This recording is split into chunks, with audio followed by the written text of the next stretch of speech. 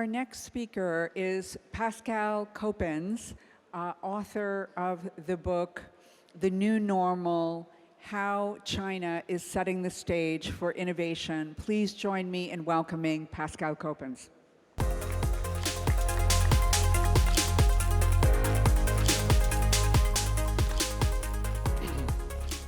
Good afternoon. I'm going to talk about China. China's new normal. China's new normal is actually far, far from normal. And I'm going to mention a lot of things about innovation and about technology and disruption. Now, I'm going to start my story in 1991, long, long time ago. This is me, 1991, traveling through China. I was young, naive, beautiful. Just like the landscape, it was a wonderful experience. This is the moment that I traveled through the whole country, studying Chinese, 30 years ago. I traveled every single train you could go to China. It was a wonderful experience. This is the moment I fell in love with the country. I fell in love with the country, but more so with the people. I fell in love with the Chinese for their energy, their passion, their determination and resilience, their dreams and their hopes. And that today has gotten stronger and stronger 30 years later. And that's the story I want to talk about. Now, 1990, Shanghai looked like this. Who's been to China? Maybe raise your hands. Okay, that's about 30 people. So you know that Shanghai doesn't look like this anymore if you've been there. But back then, Shanghai really was farmland on the other side. Pudong it's called, and farmers every day were getting the crops out of the ground, bringing them to the city, selling them on the market. Life was beautifully simple. This is Shanghai today, same spot. Imagine. It's the miracle of China. In 30 years' time, from farmland, this has become one of the most beautiful cities in the whole world. This is all about infrastructure. It's about really the visible things. It's a miracle that we've seen, but for me, this is not an end point, because this is about buildings, it's about bricks, it's about lights, it's about things you can see. The next 20, 30 years is all going to be about the invisible. It's going to be about software, about artificial intelligence, about services, about blockchain, about quantum, about lots of things that are going to change every Chinese life to become a better life. And that is the China we should look at. Now, back then, when I was traveling in China, in Shanghai, as a foreigner, as a tourist, you could not stay in any hotel. You had to stay in specific hotels. And these hotels had a very specific name. They were called hotels for aliens. And so, as an alien myself, I felt instantly at home in my host country, and they treated me very, very well at that time. There was even a currency at that moment called the Foreign Exchange Certificate, and this currency was the only currency that foreigners could have. I'm from Belgium, and so I exchanged my Belgian franc at that point with this foreign exchange currency. And we could basically only use it in hotels for aliens and shop for aliens. They were called the friendship stores. And the whole idea was to segregate us from the Chinese population. They were ashamed to show us the poor and backward China. This is 30 years ago. Now, of course, I was young. I wanted to see the world, so I went to the bank. And in the bank, basically, there was always a guy just in front sitting there, standing there, and he only knew one sentence in English. And that sentence was, change money. It's the only thing he knew. Of course, I said, yes, I want to change money because I wanted to buy local stuff in local shops. So we went together into the bank, and I gave my money to the counter, at the counter to the employee. He gave his money, and the employee started counting the money. And in China, the banks were just helping us with the black market to flourish. It was very, very normal. Now, one thing to know about Chinese is that they are very good at counting money. Extremely good at counting money. I think they're the best at counting money. But also, they're faster than machines. general. I think Chinese in general are faster than machines. But there's one thing these employees could not do, and that machines could do, and that was to find fake bills, fake money. Because there was a lot of fake money in circulation at that time. Every bill basically had fake money, and so it was really dangerous. And so these machines could do that, people could not. The other thing, if you look at the biggest bill on top, it's 100 yuan. That's about 10 British pounds at that time. So you have to imagine people having to buy a car, a house, expensive stuff, because they were getting richer and richer. Every day in the bank, you could see people with luggages of money coming in, or bags of money, just to buy the house of their dreams. Very normal. So it was very unsafe. So when mobile payment came along, it's no surprise that every Chinese jumped on that train. Almost half of the population in China is using mobile payments. I myself, when I am in Shanghai, I never use cash. And none of my friends in China use cash anymore. There's no need for it. Now, this little girl, is actually paying with her smartwatch to buy candy as if this is the most normal thing in the world. She's never known cash. Imagine in 5 years from now, with her parents, she travels to London, has to pay with real cash. It's going to be like visiting the Museum of London. Eh? This is the new normal of China. Now, there's two big systems, and financial, and there's WeBank, and financial is part of Alibaba, and Alipay is a system that we all know out here. Tencent, which is the social media of China, has WeBank with WeChat Pay. These two systems cover 94% of all the payment systems in China. You can pay anywhere. In the most remote village, town, outside, in the country, in the desert, you can still pay with these two systems. There's no need to have anything else. China has become a cashless society. Now, this creates problems, especially for people who need cash, who live from cash. Think about these guys, beggars. Without a QR code, I'm sorry, but they're probably not going to survive the day, and that's literally. How are the poorest of the poor going to get a bank account? How are they going to get a smartphone to get paid? But even these poor people have adjusted to the new China. Now, if we go back in history, 1990, 754 million people were living below the poverty line, extreme poverty. That's less than $2 a day. Imagine, 754 million people. Today, we're talking about 39 million people. That's 2017. And the president wants to take it all out in 2 years from now. So China's taken 750 million people out of poverty in 30 years' time. And the growth has been extraordinary. And we all know it. The GDP of China is just extreme what's just happened. But what we don't always realize is that this has created for every Chinese an environment where over the past 30 years, they got a better life. They got richer. And so China in general, everybody got richer. And so when we talk in the West a lot about China not being free as a country, which we totally understand, actually for most people, they've gotten a lot more freedom. And that's a different concept than we realize. This, to me, is the curve of freedom of China. Now, the last years it's going down, and there might be reasons for that. Now, China really woke up in 2008. In 2008, there was the Olympic Games. And at the Olympic Games, China saw the world, and the world saw China with different eyes. Very first time. What happened then was that 3G licenses of telecommunication came along.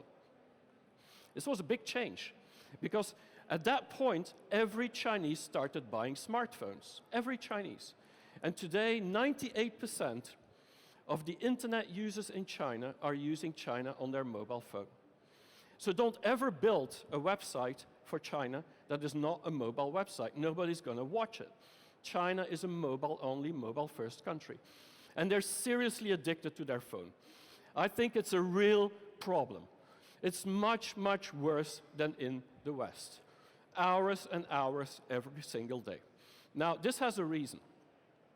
If you think about it, if you've lived in China, if you've been to China, basically there's people everywhere. In the dormitories, there's like 6 or 8 students that you have to live with every single day.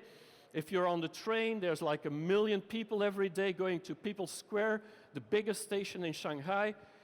Full trains in the lifts everywhere. There's more people than the lift will allow.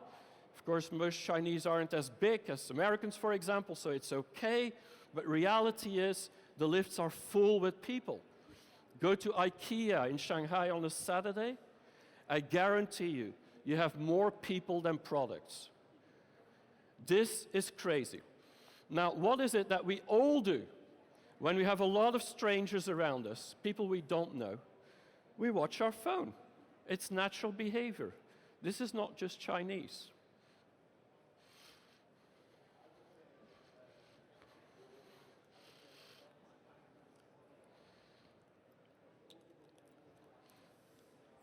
This is not without dangers, of course.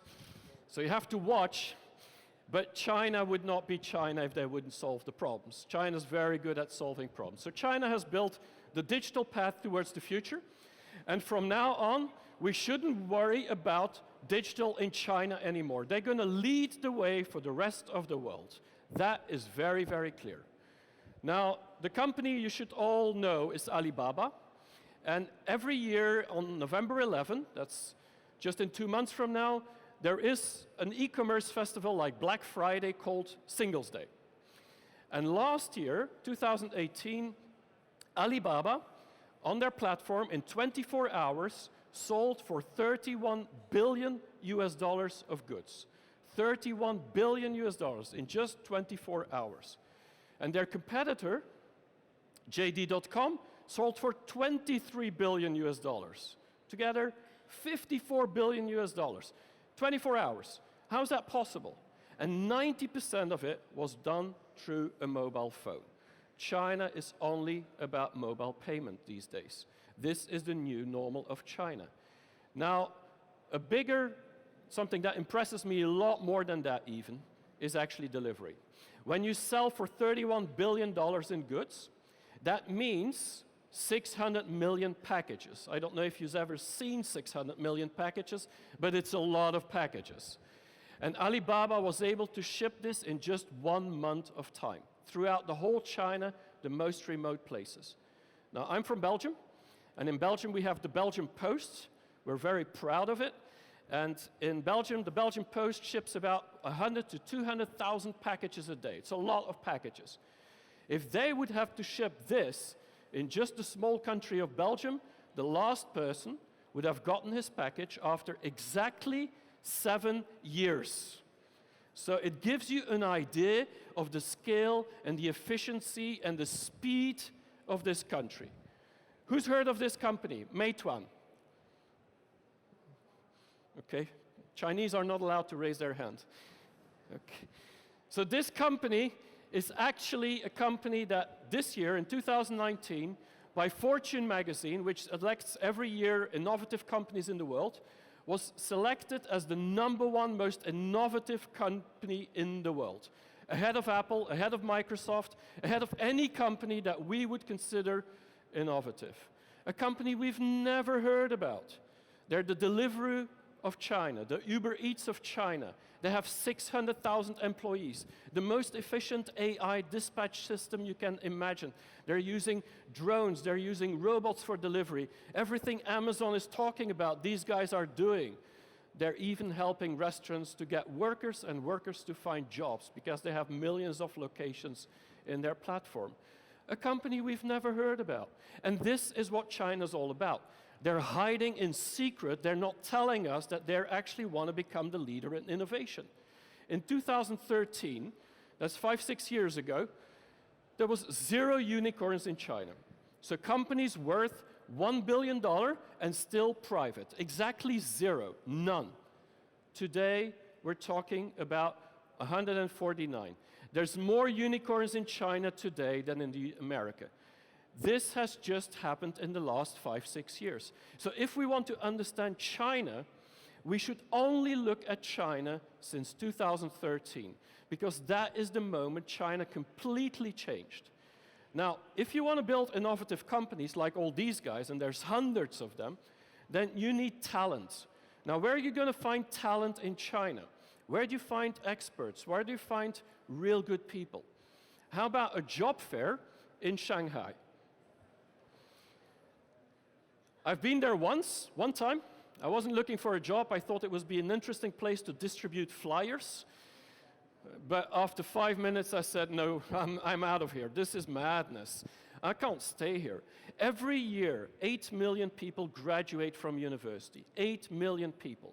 Now, out of those 8 million people, that's a lot of people, almost 5 million are graduating with a science, engineering, technology degree.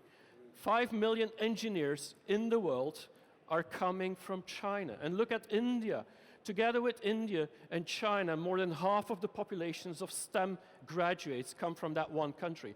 So if you ask me, does China really have the capacity to innovate? I mean, the answer is here. In quantity, you always have quality because you have smart people everywhere in the world. The only difference is China happens to have more of them. It's not their fault. They will innovate or out-innovate many of us. Now, there's a lot of consumers in the world, but China has probably most of them. And all of these consumers, there's 1.4 billion people, they all start having lots of money. And so the middle class in China today is about 300 to 500 million people, depending on the statistics. So you have to imagine 500 million people that actually have a quality of life like we have here in London. This is crazy. But this is the reality of every day. And this is why the finance sector is really looking at China today.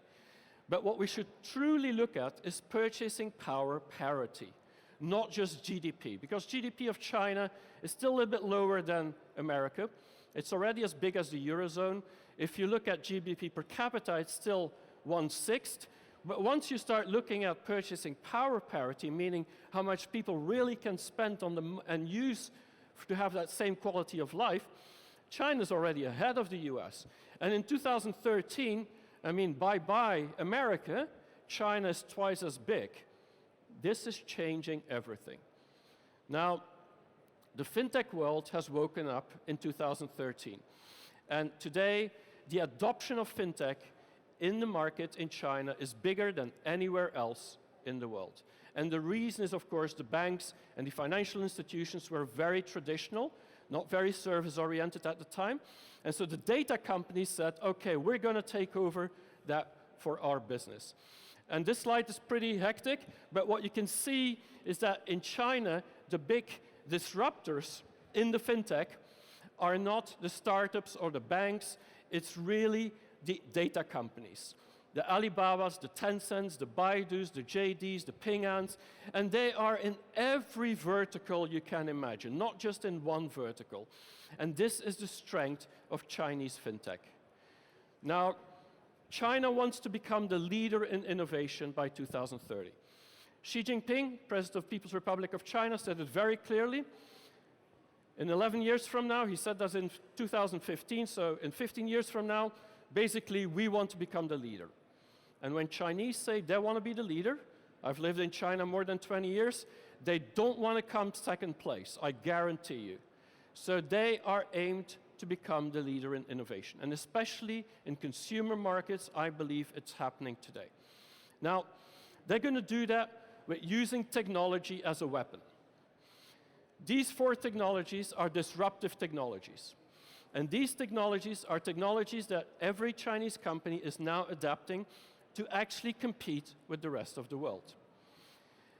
And my experience is that the big difference between Western companies and Chinese companies that call themselves innovative is that in China, whenever they call themselves innovative, they will put one or multiple of these technologies in front of their name. They'll say, I'm a blockchain bank. I'm an AI automotive company. I'm a robotic shoe manufacturer or an IoT insurance company. And it's like, what are they saying? Well, the reality is they've put their mindset on actually focusing on this one or multiple technologies to make everybody else outcompete them and so make the world better for them. That is the reality. Now, if we look at them, if we start with AI, then basically we have three big companies that are owning a lot of data. Baidu, the Google of China. We have Alibaba, the Amazon, or I would rather call them the eBay of China, and Tencent, the Facebook of China, although all these three are much better than their originals. But reality is they have more data than Google, Amazon, Facebook, Apple, Microsoft, any company in the world. And why would I say that? Because like Facebook has 2 billion users. Tencent only has 1.1 billion. How can they have more data? Well, they have more data because they don't only have data from their platform, they have data from all the platforms that they partner with, and especially in the online, and especially through payments. So they know when you go to a restaurant, when you go to a hospital, when you're basically shopping, they know what you do. They got that data, and not just from the payments, also from their partners when its services are used. And so they are the biggest data giants in the world. Now, there's two ways that the future will capture data that China is really advanced on, and one is voice. And if you look at Amazon Echo or you think about Google Home, what you see is that some of us are using it, usually business people. It's fun, we can ask for some music, the calendar, maybe the weather and some other things. Some of us shop with these voice assistants, but not many people yet. But in China, these voice assistants are getting built into every hardware you can imagine. And by definition, every hardware is built in China. So every hardware is now going to become smart hardware that is going to listen to what you want. And this is very logical. I've learned to write and read Chinese, and it takes a long time. Unfortunately, it took me a long time. It's very cumbersome. Speaking and listening is very fast. So most Chinese, they're constantly speaking in their WeChat phone because it's more efficient than actually writing and reading. These systems are much more efficient. So if you ever go to China and you take a lift, all of them are actually in their phone speaking to someone. It's madness to go into a lift. So never go in a lift in China. That's an advice I can give you. Now, these devices will all have algorithms inside. And these algorithms will know us better than anybody else. Know us better than our friends, know us better than family, know better than definitely the brands. Because they are listening in. And I know there's a lot of controversy. Is it okay that they listen in? But Chinese will give their consent because they usually think that they will get a better service if they agree with it. Now, these algorithms is what we will have to market to in the future. So I believe in 10 years from now, there's not going to be any more marketeers. There's only going to be engineers.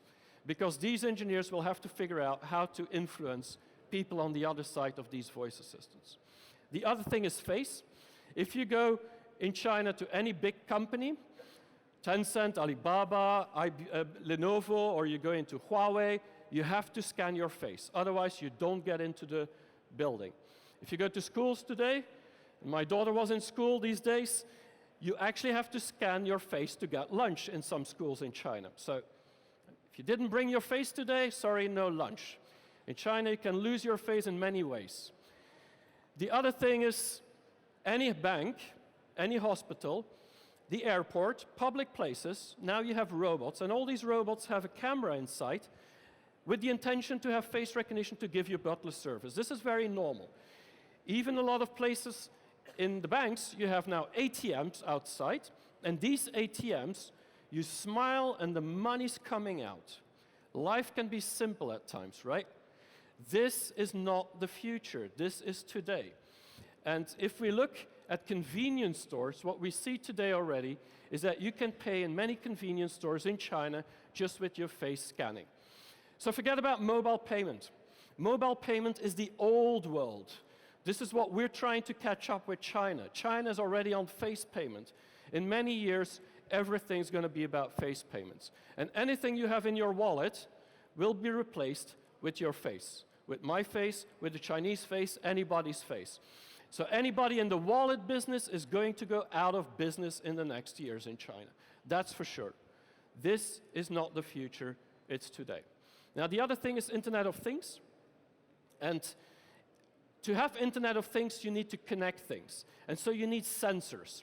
And all of these sensors, 90% of all the sensors in the world are built in Shenzhen, in this one city next to Hong Kong. Everything's built there. And some of these sensors are very, very small. And so these sensors can be built into any device that you can think of. So we talk often about the sharing economy, and we talk about Uber, Airbnb, about bicycle sharing and all these things, steps and so on. In China, these days, you can share everything almost. Mobile phone chargers is the most popular. In every restaurant, you can find it. Umbrellas in every subway station, you can share it. But also luxury goods, fashion, art, fashion items. If you want a tennis racket or basketballs, everything gets shared. Because there's mobile payment, and there's actually sensors which are pretty cheap in China. Last year, 60 new unicorns were actually created in China. 31 of them were in the sharing economy. And this is the new normal of China. The other thing is 5G. We all know Huawei. 5 years ago, I think most of us here did not know Huawei. Today, everybody knows Huawei because America helped promote this company in some fashion. Now, 5G will become the big thing in Asia. On October 1st, in just 2 weeks from now, actually, China is launching this nationally, the whole infrastructure over the whole country. And you can see that we're not going to catch up with Asia when it comes to 5G. So combine 5G, combine IoT, combine AI, and then you have a pretty smart society. Now you just need to automate all that, and that's where robots are used for. Now this is really to save time, to save money, to save energy. That's why we automate, we do automation. Germany is very, very good at that in factories, but we do it in every industry in itself. Now, in China, robots are getting pretty new normal as well. 5 years ago, only 50 robots for every 10,000 users, or 10,000 employees, sorry. Today, we're talking about 150 robots for every 10,000 employees. The standard in the West for developed countries is 167. So China's almost there. Next year, they've beaten any country in the West in terms of automation of factories. So forget about the old China where everybody's copycatting with low labor and basically no robots. This is the new China. And they're not concerned as much about jobs as we are, because if you have to deliver 600 million packages, it's not a discussion item. Either you do it with robots or you don't deliver the packages. And so in China, right now, they're solving the problem to improve society, and the jobs, they'll figure it out. Or they'll all give them to Meituan, who actually has a need of more people with scooters. So this is the reality. Now, our sensors in our body are not going to be able to cope with the sensors outside. Everything that is running outside in this world is going to go so fast, we will not be able to understand what is going on around us. This is going to become our new normal. And if anybody is not worried about this now, then there's something wrong with you. Now, this is going to be reality. We're going to live in a video game.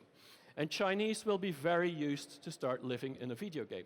They're also the most crazy video gamers in the world. The biggest video company in the world is called Tencent. And so, yes, they are up for it. This guy, he's the former CEO of Google in China. It's called Li Kai-fu. He's actually saying that China is leading the way to become an Homo sapiens society. We just heard from the previous speaker that we're all Homo sapiens. Well, that's the past. Today, we're all going to move and become Homo sapiens without the H. What it means, online merged with offline. It means that we won't see a difference anymore between the real world and the virtual world, between analog and digital. Because in any world that you exist, the other world can creep in without you even noticing, and it's going to be very, very normal. This is China's new normal. Now, the last thing I want to talk about is trust. And the question is, can we still trust companies? Can we trust Mark? I don't know. Can we trust our companies? Well, Alibaba, Jack Ma said, if you don't have trust, you will never be able to do e-commerce. And he said that in 2004. So for China, trust is everything. Now, there's technologies they use. One is augmented reality, because a lot of problems in China. China is a very low trust society. It means if you're not a friend, there's really almost distrust. When you're a good friend, blind trust. But it's a very different society. So there's a lot of scams, a lot of fake goods, a lot of things that shouldn't happen, scandals like vaccines and melanin and all these things. So China needs to understand what transparency is about. And so they're creating apps to show you what's behind the scene. Another thing they're doing is put everything on virtual reality these days. Now, VR is getting really big in China. And this is a big theme park in Nanning in the south of China. And it's a theme park with billions and billions of dollars of investment. It's the most expensive VR experience center you can imagine, somewhere in China, in the middle of China. Now, it's expensive to buy a ticket there, so some people don't have that money, and so they go to the local shop that gives them the same VR experience. So you see, in China, even when you have no money, there's always a solution, and people will always help you to create an experience that is fantastic. So I welcome you to come to China one day and experience it as well. Now, this guy is a professor who gave an explanation just recently on blockchain and Bitcoin, because that is the big thing that is changing in China. I don't have time to explain everything what's happening, but reality is it's starting to really take off in China. He's explaining it very simple. So if you follow, you will understand now what Bitcoin and blockchain is all about. So just follow carefully. Bitcoin is really about cryptocurrency, and China has been against it for a long time because they couldn't control everything that was going on. Now they're launching their own digital currency in probably a month or two from now, and this is going to change the world. When it comes to blockchain, the problem is it's the only way to make sure that everything we don't trust is actually becoming trustworthy. And so blockchain is in every supply chain, in quality of goods and everything.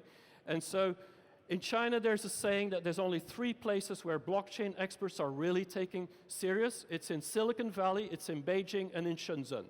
These are the 3 places where all the blockchain experts are trying to implement it in society. So you all understood it now? Good. I can move on. The last thing I want to say is about ecosystems, and then I'll wrap up, because this is very important. McKinsey predicts that by 2025, 30% of all the revenue in the world will be linked to an ecosystem. 30%. So if you're not part of an ecosystem, you're probably going to lose 30% of your revenue in the next 5-6 years to come. Be prepared. Be warned. In China, all of these unicorns here on the right are actually being invested by the big companies. The Alibabas, the Tencents, the Baidus, the JDs. If you are not invested by a big ecosystem, basically it's almost impossible to grow your company in that digital data economy. Now, Alibaba has a lot of products, and all of these products are built in one big platform where you can go from one to another without even having to log off many of the times. The data gets just swapped. If you look at the West, we have to go from one application to the other, log in again, and basically be a different person and a different identity on all of these places. Now, a little video from Jack Ma to explain the difference between him or Alibaba and Amazon, to make sure to understand or to explain what ecosystems is all about. Right. The difference between Amazon and us. Amazon is more like an empire. Everything they should control themselves, buy and sell. And our philosophy is that we want to be an ecosystem. Our philosophy is to empower others to sell, empower others to service, empower making sure the other people are more powerful than us. Making sure with our technology, our innovation, our partners, our 10 million small business sellers, they can compete with Microsoft, IBM. Our philosophy is that we think using internet technology, we can make every company become Amazon. So it's quite easy, right? If you want to beat your competitor, you want to beat Amazon, just make all your partners as big as Amazon. Of course, it's not as simple as that. But reality is that he understood that if you enrich your clients, your partners, they will become bigger, you will become bigger as well. And we in the West, very few of us, think about making our customers richer. Maybe we do in the finance world, but in many industries we don't, because we want to actually become richer ourselves. Now, a good example, and this is the last example I want to show, is actually about a company called ZhongAn. I don't think there's many people who know this company, but this company is a digital online insurance company in China. They launched their company just 4 or 5 years ago, less than 5 years ago. ZhongAn was invested by these 3 guys in the middle. You recognize Jack Ma. On the left, that's Pony Ma, the founder of Tencent, so the Facebook of China, and Ma Mingzi in the middle, who is the founder of Ping An, the biggest insurance company in the world with more than 1 million employees. These 3 guys, these 3 companies, all 3 of them, are the fiercest competitors in China. They all have insurance products. Now you have to explain me, why would these 3 companies, these 3 founders, invest money in a startup that nobody's ever heard about in insurance? It's because of the ecosystem. It's all because if somebody can tap into all these ecosystems, the ecosystems becomes bigger. And when the ecosystem becomes bigger, actually there's an opportunity for these companies to become bigger as well. This company, ZhongAn, is 4 years old. They now sold for 10 billion insurance policies already. It's not a bad startup, isn't it? Now they have a product where they put on the ankle of every chicken a tracer. Why would an insurance company put tracers on chicken in China? And there's a lot of chickens in China, I can tell you. Why would they do that? It makes no sense. Well, because eating chickens is important, and they want to make sure that the health of people is good, so they want to make sure that when they insure later on, the health stays okay. Now, if you buy one of these chickens in the shop, in the market, basically, you can scan a QR code, and you will know exactly how many steps the chicken made. Because a chicken that made more steps is more healthy than a chicken that made less steps. And so you can assume you're getting a healthy chicken, which means you will be more healthy. On top of it, they added blockchain on it to make sure that you got the right chicken as well. This is a combination of technology in an industry that an insurance company in the West would never think of doing. And this is about my story about ecosystems. We don't have to look at the industry, we have to look at what our users want. And this is exactly what China's doing. Now, of course, we could put this to work in other places. How about to people? And we could put a tracer on every person. We call that the social credit score these days in China. I'm sure you heard about it in the media. They can't stop talking about it. There's a lot of misconceptions about it, so I want to mention that as well. One thing is that there's a financial part, and that financial part means it's like a credit history in the US or the National Bank in Europe. They will tell you whether you're credit worthy or not. That is a score, just like with us. And then the other one is a moral score, but that is actually a blacklist. It's not a scoring system. And so you're either on the blacklist or you're not on the blacklist. And that's mainly for tax evasions and for criminals. Of course, what China does very well is they say, okay, we're going to build a new system so every city in China can try out things. And so everybody's doing crazy things, and these all get into the media, and suddenly it's Big Brother, and it's 1984 all back. I'm not sure this is all going to happen, but one thing is sure, is that China is trying to build the most trustworthy society on this planet, especially because there's a very low trust into the society. They need to do it. They don't have a system like credit history in China. So the intriguing part for me is that the more China wants to build a trustworthy society, the less the West trusts China. And if we want to learn from the innovators of tomorrow, from the innovators from China, but we don't trust China, how can we learn from companies like ZhongAn and Alibaba and Tencent who are really leading the way in the transformation? This is the paradox that we will have to live with in the next years. And we will have to decide, are we going to work with China or not? Are we going to be part of an ecosystem or not? But one thing to know if we're going to decide not to be part of an ecosystem, then we will have a challenge because our customers, our clients, are going to trust the ecosystem more than the brands in the future. And with this, I hope that I've given you some inspiration, some ideas about China. Trust it as much as you can to start with, at least to learn from it. You don't need to do business with it, but at least to learn from it. And it's going extremely fast.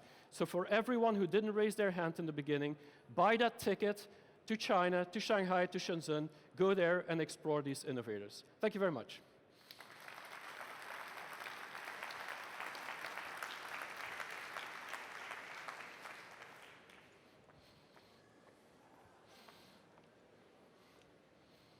Thank you, Pascal, for that fascinating view of China. And I think, you know, there's no question about it. The takeaway message here is that we should all be worried, very worried, about trying to catch up with the new China. You emphasized ecosystems, and I think that is a really important takeaway for the audience here, that the new thinking is not about how do I crush the other guy, but how are we stronger together? Because together we will have a network effect that benefits everyone. And so, you know, yes, I mean, we can all learn lessons from the big Chinese internet giants like Tencent, Baidu, Alibaba. They've all managed to move into different verticals, just like Amazon has done in the United States. But it's very hard to say to a bank or an insurance company, oh yeah, just be like Baidu, be like Apple, right? I mean, they've got legacy systems, they have a hierarchical management system, they have a way of doing business, and it's very, very difficult to change. But where I think there is an opportunity, and you touched on this very well in your talk, is to look at an example of Ping An, a Chinese traditional insurance company that has taken the lessons of Alibaba and created a way of using a platform economy to branch into a whole lot of new verticals and create this network effect. In fact, I think they've launched something like 6 unicorns on their own just in the last couple of years. So what can the people in this room learn from that? Well, a company like Ping An, which is used to be one of the first insurance companies in China. They're from '88, I think it is, so a long time ago. They then quickly moved into finance, but after some time, and that's not so long ago, just like I would say 5-6 years ago, they decided to completely reinvent themselves. And they understood that they would have to do a number of things. And most of these big ecosystems today, they've started doing the same number of things. And I think whether you're a bank or an insurance company, it doesn't matter. If you just somehow follow that, there's an opportunity to do it. And one is indeed ecosystems. So Ping An decided to build their own ecosystem. For those who aren't big enough, they actually jump on somebody else's ecosystem, and you see examples of companies that have started with an ecosystem and that now have outgrown that ecosystem that they belong to and became their own ecosystem, like Didi, which is the Uber of China. They're now their own ecosystem. And so that's one of the things, and so this is really about trusting the partners to actually invest in startups. The big challenge I see when I came back to Belgium, to Europe, 3 years ago, is really that corporations, large corporations, don't trust startups will survive and don't understand the culture of these bigger companies. On the other hand, the startups feel that they're going to get controlled by these big guys. And so there's a lot of worry on both sides. In China, you see much more that companies see, if we don't work together with the big companies, we're not going to survive anyway, so we better do it.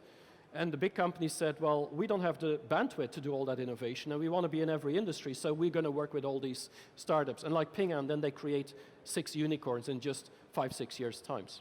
But they've done that by spinning out the new businesses, right? And yes. also, and partnering and acquiring. So I think that's part of the lesson here. Yeah, so it's not about acquiring and keeping with yourself. They're actually investing in these companies, and they have a vested interest. And I think having a vested interest makes you think different as well. Now, you also, near the end of your talk, you talked about the danger of not trusting China or not working with them. Let's talk about how quickly China is developing artificial intelligence. Now, they are doing it in a different way than in the US, or maybe the way that we would do it in Europe, but they're really gaining traction in a number of areas like autonomous cars, and some Western companies are starting to work with them.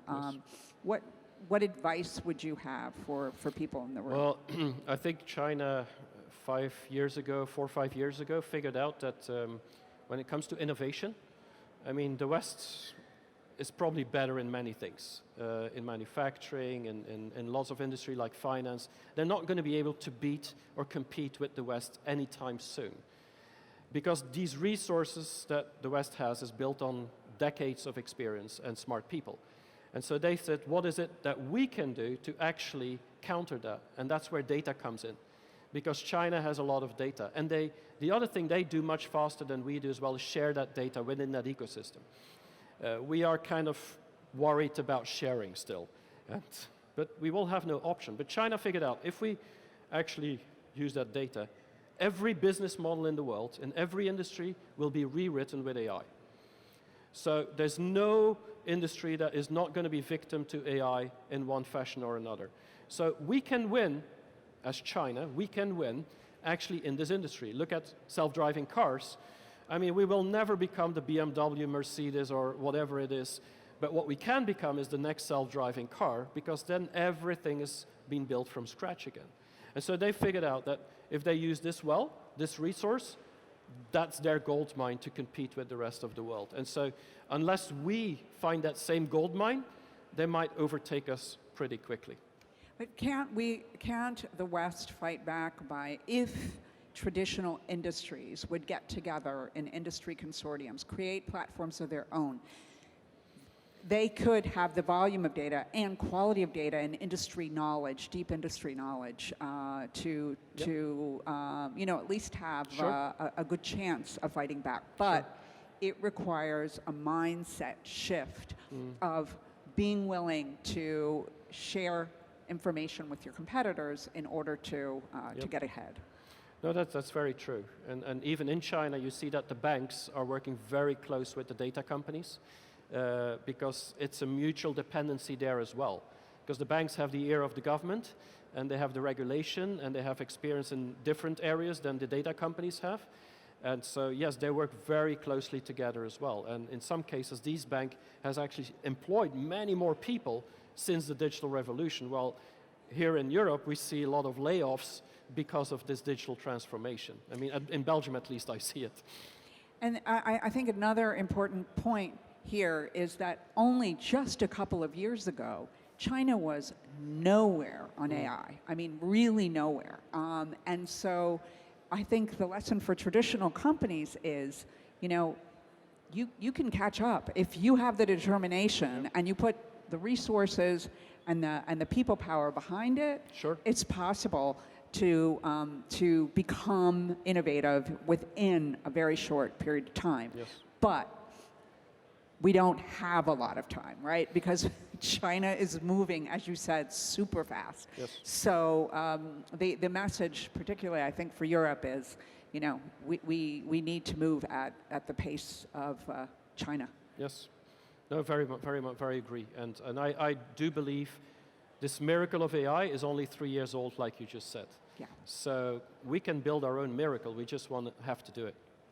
Okay. Well, on that note, let me mention that there is another session on China going on, or just about to start now, in the Discover Zone. So I would urge you to go there if you're interested in hearing more.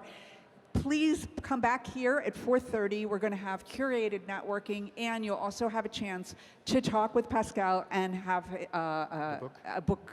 get a copy of his book and have him sign it. So see you back here at 4:30, and thank you all very much.